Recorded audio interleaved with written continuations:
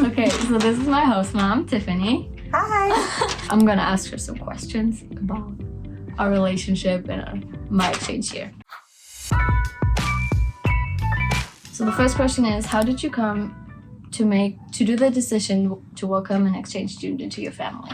So my husband's active duty military, and a few years ago we had started the application process, but then stopped because we either had orders or we were going to have a baby or something, and it just wasn't in our life plan at that time. One of our local friends posted about Greta, and my husband actually had orders to go to Korea, so I told him, hey, you're not going to be here, so I'm going to do an exchange student. And we didn't even look at any other students. It was just Greta that we looked at. Yeah. I think you just saw me. We applied, I think, on a Thursday. Greta and I met Friday. And Sunday, we picked her up. So there are some families that, didn't know they were having babies until they went to the hospital to have a baby in the emergency room. And that's kind of like Greta. Yeah. We didn't know we were going to get a teenager until we had a teenager.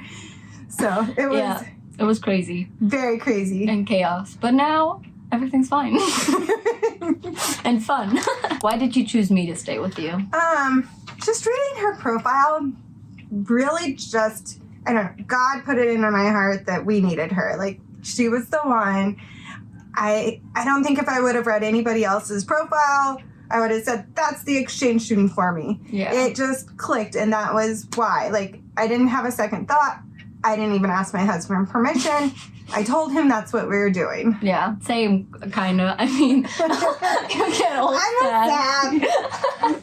We're not a normal, exchange student family stuff. It just came, and it's just kind of like destiny that we found each other, and we have so much similarities. We have some similar health issues. We have similar likes and dislikes and pasts and all that stuff. Yeah. We have good talks. We have the best relationship. Yeah. I don't think I could have asked for anything better. Aww. I'm all sad. I didn't want this Q&A to be that sad. Well, it's gonna be. You know me. I know. What was your first impression of me? And I think they mean when I came and not when you saw the application. So when Greta came, my family and I had just left the lake to go pick her up. We hadn't been home from the time we applied to the time we were matched, and we got there. From between the video, talking to her on FaceTime, I was just so excited to meet her, and I know that it was very overwhelming for both of us, but I had a good feeling we were gonna make it. Yeah. The first FaceTime call, it was just so good, and it was very late, but my family and I, we were awake because we were so excited, and we were we want to meet Tiffany. Yeah, that was just kind of cool. And I want to say one of the best parts, we were very open and honest from the beginning. I asked the hard questions over FaceTime with her parents being present. There were other hard questions that I asked on our drive home from the airport to our house. Was 3.5, 4 hours, and we opened our lines of communication, and there was nothing that we didn't talk about. Nope. And she knows that she can ask me anything at any time, and I will give her the best answer that I have, even if that is, I don't know, but I'll help you find out. Yeah. I think that was a good thing, that we were open right away. And it I think it could be weird for some people, but we both saw that it's not weird for both of us. I think if people are open like that, and then I don't know, the host mom sees, my exchange student doesn't really want this, but both of us, we were we can talk about this. So that was a good thing, because then we found out we can talk about stuff. I can be open, Tiffany can be open, we both can just communicate with each other. And it was good just to kind of know a baseline of where we're at, because I have boys that are 5 and now 8. They were 5 and 7 at the time. And so to bring a teenager in without having teenager experience, I needed to know, have we kissed a boy? Do we like boys or do we like girls? Where are we in the spectrum? And what's your routine look like? And what makes you happy? Yeah. So. Yeah, it was, completely different. Because first teenager, second girl, and then, I don't know, a teenage girl in your life when you have a 5-year-old and a 7-year-old is just, it makes your life completely different. How do you become a host family? So we did a very simple application. There was a background check.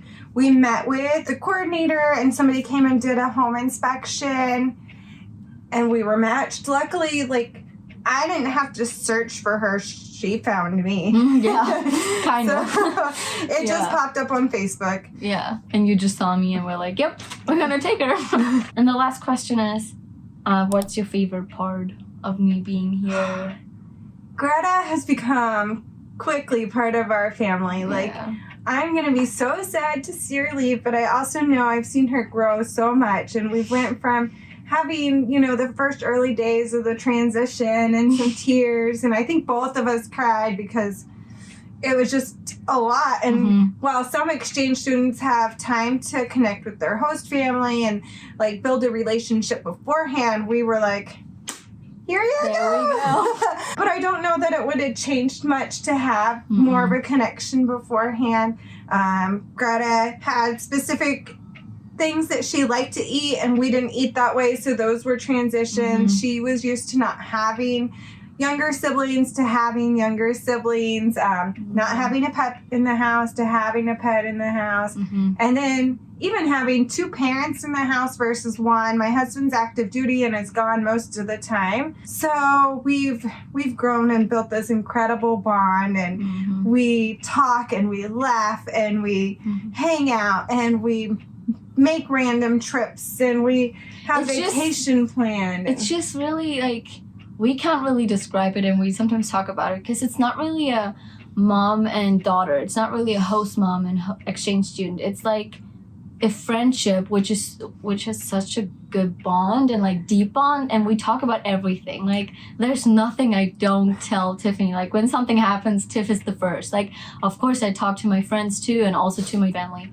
but like, I talk to her, that's the first, because like, she comes home and she's my buddy, so I tell her. But I got so incredibly sick around Thanksgiving time, and being able to take care of her in ways that I'm sure that she never anticipated another person to take care of her, and knowing, like, the first time I was really that sick, I was in Alaska and my family was in Kansas, and knowing that feeling of not having your mom there and not having that support system, and being able for her to allow me to take care of her in that way in the hospital.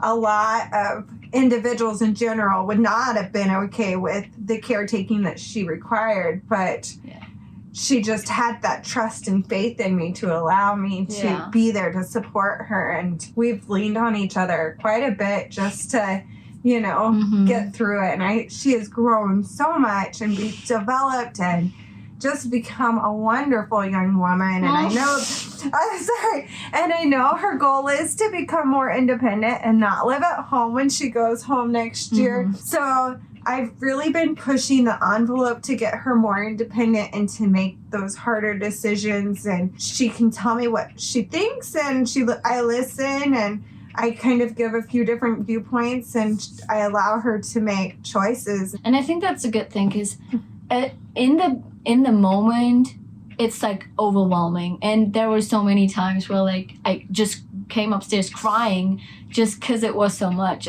We're planning trips right now. We're planning that. I have to apply to schools. I need to look for not a house, apartment. Thank you. To live and all that stuff, and like, it comes to you like this, and then there's school and family and friends and basketball, and like, you look at your plan and you're like, what am I even doing? But then you know it's worth it, because I love family time, I love friends time, I love to plan this stuff, I know that I want this. I think it's good that we talk about it, because then we both know why we do this, why you allow me this, because I'll be on my own after this.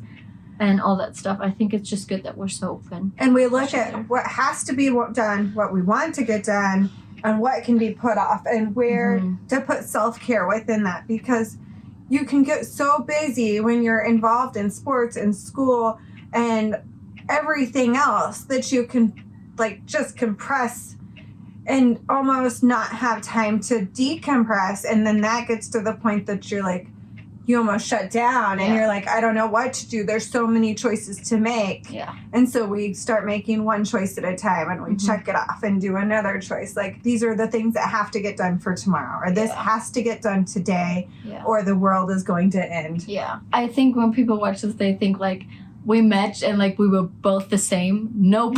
That's what we had to learn. Like, we're to, like, I don't know, since when am I here? Like 5 months. But we had to learn that. And that comes through communication, because we talked, cried, laughed. We did a lot of stuff. We didn't scream at each other. I don't think we ever screamed at each other. We just talked all the time. Like, I think that's like the best thing you can do. And we listen, so we don't always just talk. We listen to each other as well, and help each other. And there's very few no's that I've given her. Yeah. But when I do give her a no, like, there's definitely a reason behind it. It's not just because you don't want me to do that. Because Tiffany also knows I'm here to have the time of my life and not just stay in my room and do homework all the time. Like, of course I do that stuff, and we check that to have that done. But I think just talking, listening, helping. I think it was Christmas break or one of the breaks. I was like, girlfriend, you gotta get out of the house. Like, you cannot stay. You need to go do something with your friends. Like, I work from home all day, so I think it's easy to be like, I can just stay home. It's cold outside. And then I've also encouraged her to go with, like, other people when she has the opportunity to travel or to go see something different that maybe our family's not going to do, but somebody else's family is. So I try to coordinate that. When I do tell her no, it's because I'm like, oh, you have homework, or, you have 3 nights of basketball this week. When are you going to, take care of yourself? So, and then she knows the rules, and I've had 0 issues with any of the rule breaking, or she's not like I was at a teenage girl. Like, I definitely rolled my eyes and did some hair flips, but I've never had any of that kind of sass with her. Because I think that's because we talk so much. Like, if I have a problem, which I don't really have, but like if I'm like not okay with this, or if I have a question why you said no to that, I just ask, and then I don't do the eye roll, because I'm like, okay, I know why. And okay, so our town, it's super small. It's less than 1,000 people. When Greta first came, it was a huge culture shock, and I had to tell her 99% of Americans would not have loved to come to Tribune, Kansas. It would have been hard for them as well. We're about an hour and a half away from big stores and malls and restaurants and everything. And so, but I did tell her what you won't get in the big city is the connections that you'll make here. So she has a very small class. She has a very small high school, the grade school through the high school. So kindergarten through 12th grade is all in one building. And she... like 400 people, I guess. Probably not even. Probably not. Because I think Cameron, the second grade class has 14 kids in it.